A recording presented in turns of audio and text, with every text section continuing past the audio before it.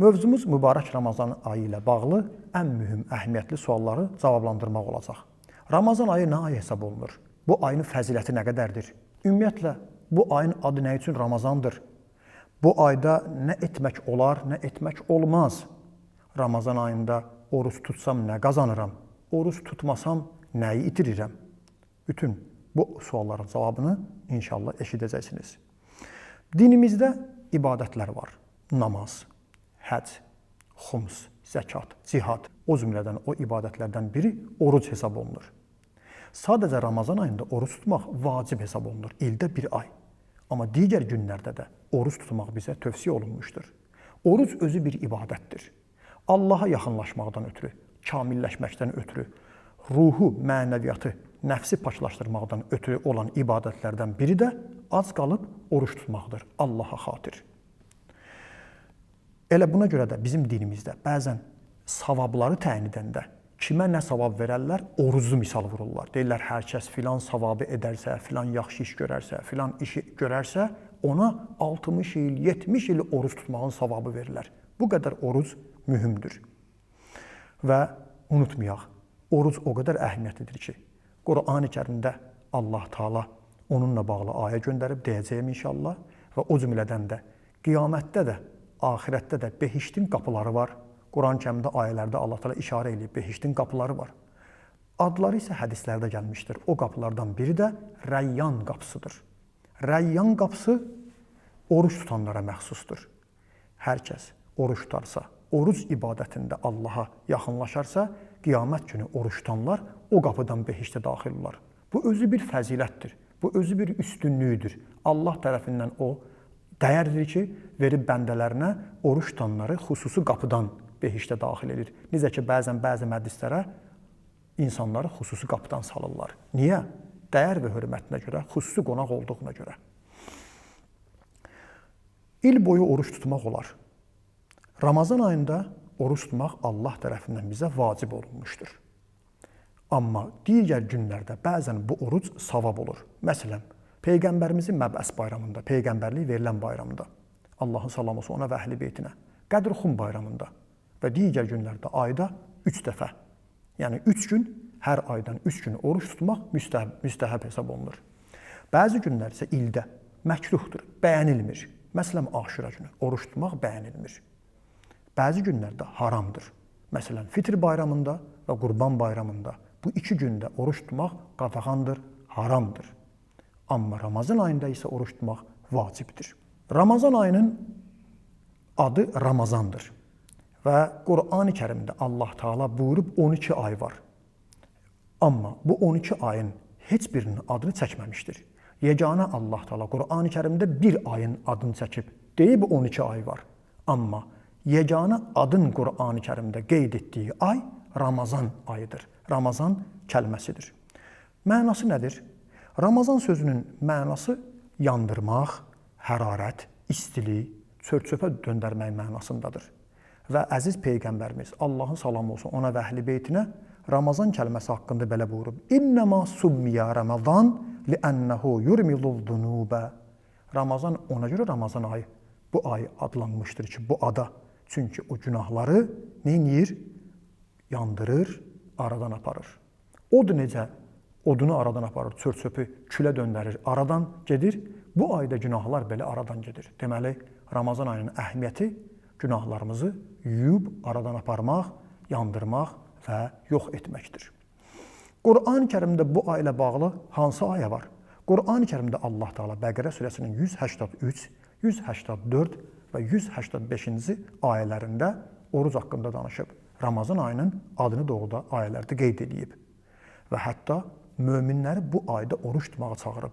Ya eyyuhəl-ləzīnə āmənu, ey iman gətirənlər, ey Allah inananlar, möminlər, kutibə aleykumus-siyam, kəma kutibə aləl-ləzīnə min qablikum. Oruç sizlərə vacib edildi, yazıldı, necə ki sizdən qabaq olan ümmətlərə də vacib idi. Hələ bu ayədən biz bunu başa düşürük ki, oruc ibadəti təkcə müsəlmanlara, bizim Peyğəmbərin ümmətinə olmamışdır. Bizdən qabaq olan ümmətlərə də oruc ibadəti olmuşdur. Nə üçün oruç tutmalıyıq? Oruç tutmağın fəlsəfəsi, hikməti nədir? Faydası nədir? Oruç tutmağın çox faydaları var. Onların bir neçəsinə toxunmaq istərdim. 1. Ayənin özündə dedi. Ləalləkum təttəqun. Oruç sizə vacib edildi.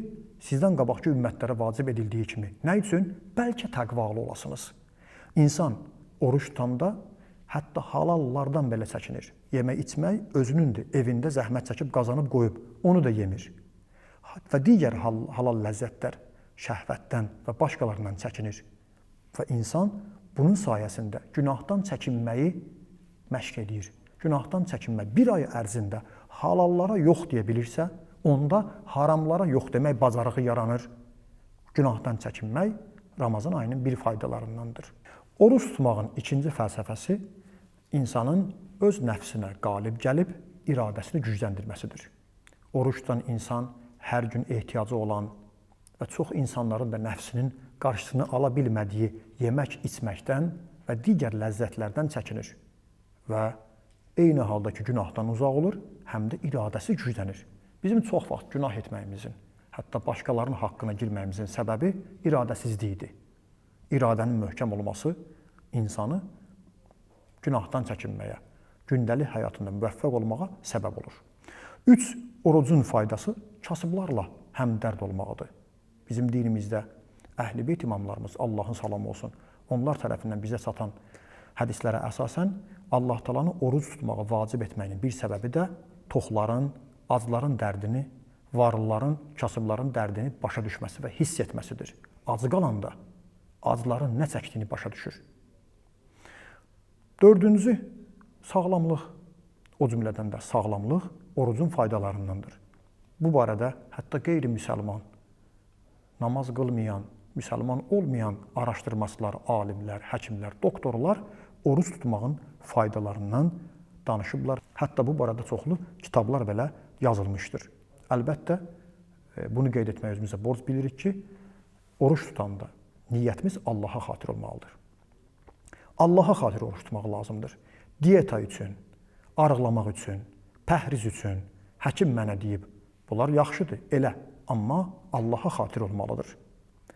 İstəyirsənsə, başqa vaxtı bunları eləyərsən, həkimin sözünə qulaq asarsan, saat neçədən neçəyə qədər ac qala bilərsən, yeməklərinə pəhriz saxlaya bilərsən. Amma Ramazan ayında və digər günlərdə orucun savabını əldə etmək istəyən əməlini Allaha xatir etməlidir.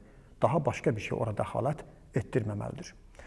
Ramazan ayının oruc tutmaqdan əlavə hansı özəlliyi var? Bu ayda orucdan başqa nələr var? Niyə bu qədər bu ay əhəmiyyətlidir? 1. Ona görə Ramazan ayı əhəmiyyətlidir ki, bu ayda Qur'an-ı Kərim nazil olub. Allah Taala'nın müqəddəs kitabları, Tövrat, Zəbur, İncil və o cümlədən də ən son səmavi üstün kitab Qur'an-ı Kərim bu ayda nazil olmuşdur. 2. Qədr gecəsi bu aydadır. Bizim ilimizdə bir gecə var, ona Qədr gecəsi, Əhya gecəsi deyirlər. Bütün taleyimiz, bir illik qazanacağımız, itirəcəyimiz həmin gecə həll olur. Və o da Ramazan ayındadır. Həmin gecə bilinəcək, kimi sağ qalacaq, kimi öləcək, kimə övlad veriləcək, kimə ruzi veriləcək. Taleyi həll olan insan narahat olmalıdır. Bu ayda taleyimiz həll olur. Bu ayda biz bir illik xeyir-bərəkət qazana bilərik, Allah eləməsin, itirə bilərik.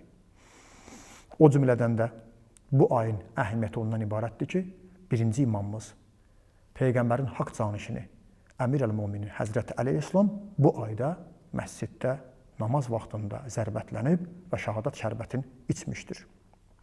Deməli, buradan bir nəticə alırıq. Ramazan ayında oruç tuta bilməyənlər, xəstəliyi olan, səfərdə olan, problemi olanlar deməsinlər daha mən oruç tutmuramsa, deməli bu ayın özünün mənə aid deyil. Bu ayın mənə aidiyyəti yoxdur. Xeyr, belə düşünməyin. Niyə? Çünki bu ayda Əhya gecəsi var. Bu ayda kasıblara yardım var. Bu ayda Qur'an nazil olub. Bu ayda elə başqa özəlliklər, xüsusiyyətlər var ki, onlardan da faydalanmaq lazımdır. İftar süfrələri, oruç tutanlara iftar vermək o qədər böyük savabdır ki, özün tuta bilmirsənsə, başqasına verməklə çox böyük savablar qazana bilərsən. Bilə-bilə bu ayda oruç tutmayan insanın cəzası nədir? Çox ağırdır. 6-cı imamımız İmam Sadiq əleyhissalam buyurur ki, orucu tərk edən, bilə-bilə oruç tuta bilər, üzrü olmadan orucu tərk edən insandan iman ruhu ayrılır. Allah uzaq eləsin. İnsanın iman ruhu ki var, iman onunla bağlıdır, o insandan uzaqlaşır. əgər tövbə etməsə, qayıtmasa, Allah onu əlindən tutmasa, imansızlıqla dünyasını dəyişə bilər. İman buyurur ki, iman ruhu insandan ayrılır. 2. Günah qazanır. Tövbə etməlidir. Oruç tutmamaq özü bir günahdır. Necə ki, zina günahdır. Necə ki, oğurluq günahdır. Qayıtmalıdır, tövbə eləməlidir. 3. Qəzasını tutmalıdır. Bir günün bir gün qəzası var. 4. Əlavə kəffarə verməlidir. Dinimizdə bəzi günahlar tövbə ilə bitir. Məsələn, zina. Amma bəzi günahlar tövbə ilə bitmir. Gərək kəffarə və cərimə versin. Ramazan ayında bilə-bilə sağlam olub, üzrü olmadan oruç tutmayan insan günahdan, qəzadan əlavə kəffarə də ödəməlidir. Cərimə kitablara müraciət edə bilərsiniz. Deməli, kimin üzrü varsa, xəstədir, səfərdədir və başqa, onu bağışlamaq olar. Allah da ondan istəmir. Xəstə oruç tutsa da, görürsə özünə ziyandır, zərərdir, orucu qəbul deyil, haram iş görmüşdür. Allah təala ona orucu vacib etməmişdir. Sağlam adamdan Allah təala oruc istəmişdir. Əgər sağlamsansa, başqa nə üzrün var? Gərək orucu tutasan, faydalarından faydalanasan, əldən verməyəsən. Bu ayda oruç tutmayanların vəzifəsi nədir? Mən bu ayda oruç tuta bilmirəmsə, səfərdəyəm, yaxud da üzrüm var, xəstəyəm. Mən oruç tutanlarla bağlı vəzifəm var? Bəli. Oruç tutmayanların vəzifəsi 1. Bu ayın hörmətini saxlamaq. Bu ayda oruç tutanların yanında siqaret çəkmək, yemək, içmək, onlara hörmətsizlik eləmək olmaz. Çünki Ramazan ayında insan Allahın qonağıdır. Kim oruç tutana hörmətsizlik eləyirsə, bilsin, Allah Taala'nın qonağına hörmətsizlik eləyir. Çünki Peyğəmbər buyurub, Allahın salamı ona və əhl-i beytinə, oruç tutan insan Allahın qonağıdır. Ramazan ayında biz Allahın qonağıyıq. Allahın qonağına necə rəftar etmək olar? Öz evimizə gələn qonağına necə rəftar edirik? Kimsə bizim qonağımıza hörmətsizlik eləsə, ona necə cavab verərik? Onunla necə rəftar edərik? Allahın qonağı bizim qonaqdan da üstündür. Ona görə onun hörməti saxlamaq lazımdır. 2. Ac olan insanlar var. Oruç tuturlar, amma yeməyə imkanları olmur. Onlara əl tut. Əlindən gələni elə, peşman olarsan. Qiyamətdə, axirətdə, qəbr evində yalvararsan ki, kaş kasıblara orucluqda bir şey verəydin, savabında. Bacarmayanlara bizim dinimizdə Peyğəmbərdən və digərlərindən var ki, heç olmasa bir xurma ilə, bir şərbətlə, bəzən görürük, bəzən müsəlman ölkələrində süfrə aça bilməyənlər məscidin qapısında qalırlar. Məsciddən çıxanlara, oruç tutanlara bir xurma verirlər, savaba şərik olmaq istəyirlər ki, mən də oruç tutanların savabında bir şey, savab qazanmış olam. Və o cümlədən dedi bundan qabaq, digər savabları əldən verməmək, oyaq qalmaq, namazlar var. Bu ayın özünün namazları var, hər günün namazı var bu ayda. Oruç tuta bilməyən namazları qılsın və zikirləri var, dualar var, gündəlik dua var, axşamın duaları var. Ramazan ayının gündəlik duaları var, onları oxusun. Oruç tutmasa da oxusun. Oruç tuta bilmirsə, o deməkdir, o dualardan, o namazlardan, o ibadətlərdən faydalanmamalıdır. Ramazan ayı dua ayıdır. Fürsəti əldən qaçırmasın. Deməsin, mən daha oruç tuta bilmirəm, deməli başqa işlə məşğul olmamalıyam. Bu ayda bəzi insanlar, bəzi dəstələr oruç tutmaya bilər. Qoca kişi və qoca qadın oruç tutmaq onlar üçün məşəqqəti, əziyyəti varsa, oruç tutmayacaqlar. Hamilə qadın əgər oruç tutsa, özünə və uşağına narahatlıq, zərər olarsa, oruç tutmayacaq. Uşağa, körpəyə süd verən ana oruç tutmaq özünə və uşağına zərər verərsə, oruç tutmayacaq. Xəstə, əgər oruç tutmaq ona ziyan və zərər verirsə, xəstəliyi problem yaradırsa, oruç tutmayacaq. Susuzluq xəstəliyi olanlar, bəzi insanlar, Allah şəfa versin bütün xəstələrə, susuzluq xəstəliyi var. Onlar tez-tez su içməlidirlər. Teşnə olurlar.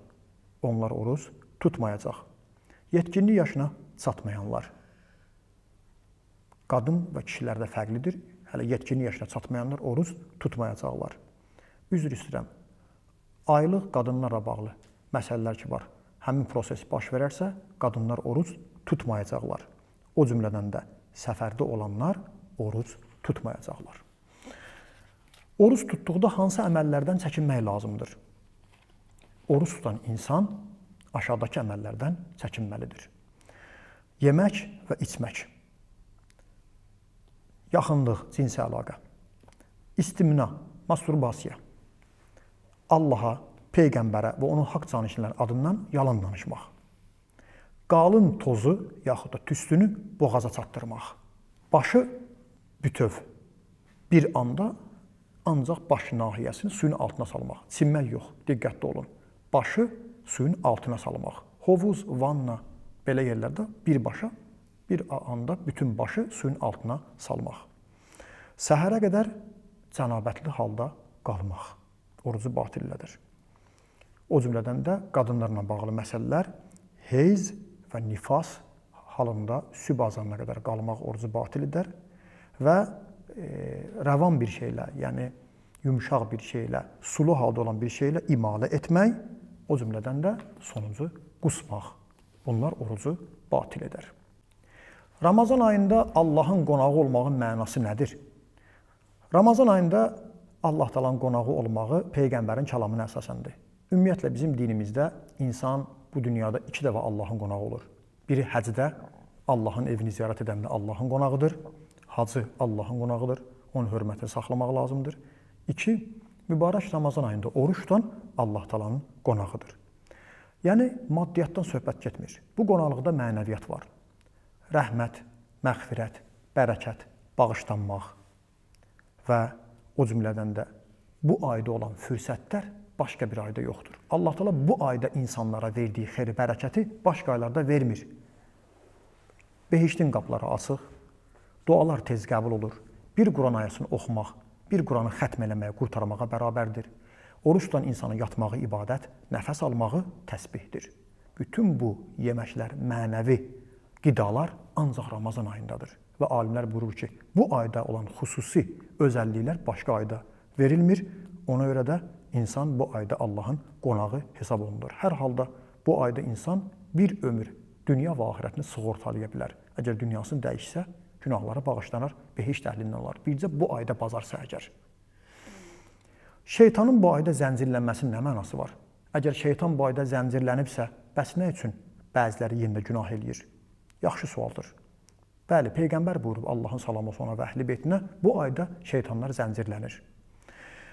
Şeytanın zəncirlənməyindən məqsəd bir budur ki, yəni bu ayda onun vəsvəsəsi azaldılır. Nəinki şeytan tam aradan gedir. Çünki şeytan Quran-ı Kərimə əsasən Allah Taala'dan möhlət istəmişdir. Allah Taala ona qiyamətə qədər yaxud da İmam Zaman əleyhissalam zuhur edənə qədər ona möhlət verib. O sağdır o vaxta qədər. Təbii ki, sağdırsa and içib düşməndir, vəsvəsə edir. Alimlər buyurur ki, bunun bir mənasıdır ki, Ramazan ayında o məhdud olur, zəncirlənir. İnsan yenə də onu zəncirdən də hürə bilər, üzr istəyirəm. Zəncirdə ola da bəzi işlər görə bilər. Amma müəyyən qədər əlin qolun bağlayıblar, onu məhdud hala salıblar. Vəsvəsəsi, qüdrəti azaldılıb. 2. Bəzi hədislərdə var, böyük şeytanlar zəncirlənib, kiçik şeytanlar isə açıqdır. Ola bilsin bu mənadadır. 3. Unutmayın, bizim günah etməyimizin səbəbi ancaq şeytan deyil, həm də bizim nəfsimizdir. Bəli, xarici düşmən var, şeytan, daxili düşmən nəfsimizdir. Bəzən də biz elə xarici düşmənin toruna düşürük, tələsinə düşürük. Ona görə ki, bizim nəfsimiz o şəraiti yaradır.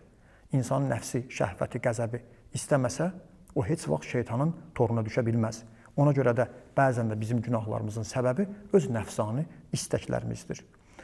Və necə deyərlər, alimlərdən biri gözəl bir nöqtə buyurur ki, Allah Taala şeytanı zəncirləyib. Amma bəziləri indi özü gedirsə şeytanın yanına, bəzən də zəncirlənmiş şeytanın yanında əyləşirsə, onunla söhbətləşirsə, sözünə qulaq asırsa, bəzən də zənciri öz əli ilə açıb, onunla yenə də köynə işini davam elətdirmək istəyirsə, daha bu bəllidir ki, necə olacaq o insanın halı. Ramazan ayında ən çox verilən qısa suallara cavab veririk. Ramazan ayında bilmədən yemək, içmək orucu batil edirmi?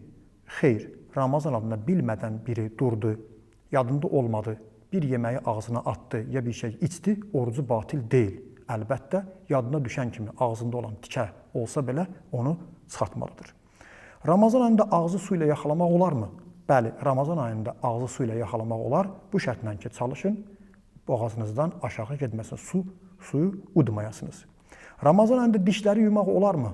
Bəli, Ramazan ayında dişləri yumaq olar, amma ağzınızın suyunu udmamalısınız. Onu xaricə çıxarmalısınız. Çünki yuyulan diş pastasından orada olan o dad, onu udmaq olmaz. Onu xaricə tullamaq lazımdır.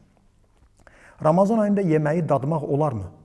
Bəli, əgər boğazınızdan aşağıya getməsə, udmasanız, yeməyin dadına baxmaq olar. Səhər imsaka durmadan, səhur yemədən, o başlana durmadan oruç tutmaq olarmı? Bəli, olar. amma bəyənilmir, məkruhdur. Yaxşı olar heç olmasa durub bir neçə xurma, yaxud da bir stəkan su içəsiniz. Amma etməsə, imsaksız oruç tutmaq olar. Namaz qılmayan oruç tuta bilərmi? Bəli, həmişə Ramazan ayında bu sual tez-tez verirlər. Namaz qılmayanlar da bu ayda oruç tuta bilərlər. Namaz qılmaq Allahın əmridir, oruç tutmaq da Allah Taala'nın əmridir.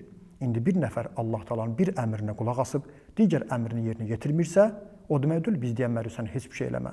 Oruç tutun əmrində qazanır, mükafatın əvəzini görəcək, amma namaz qılmadığına görə Allaha cavab verəcək. Diqqətli olun, çalışın bu ayda elə namaza başlayın, bu ayın fürsətindən istifadə edin, həmişə namaz qılın 17 rükət, 17 dəqiqə çəkməz. Dəstəmazla bir yerdə namaz bir neçə vacibləri qılın, namaza başlayın. Ölüm yaxındır. Namaz qılmayanlar kimi dünyamızı dəyişməyək. Bu ayda, Ramazan ayında oruc halda siqaret çəkmək, saqqız çeynəmək olarmı? Xeyr. Ramazan ayında, ümumiyyətlə, oruc halında siqaret çəkmək olmaz. O cümlədən də saqqız çeynəmək olmaz.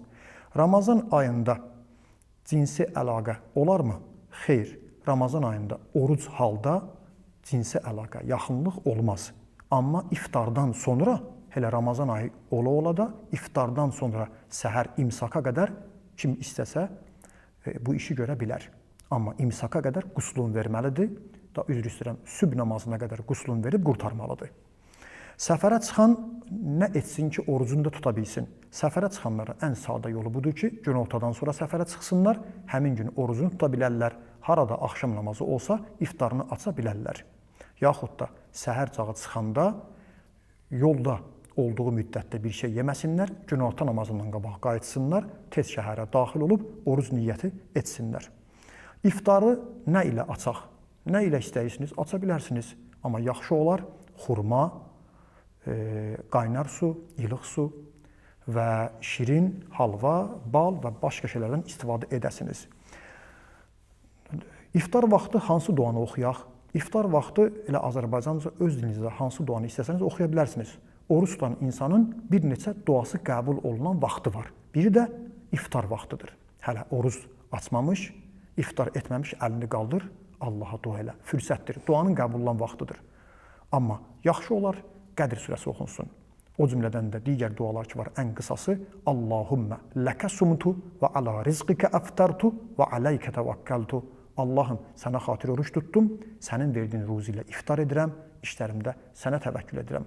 Lap qısası, ya vasi'əl məğfirəti ixfirli.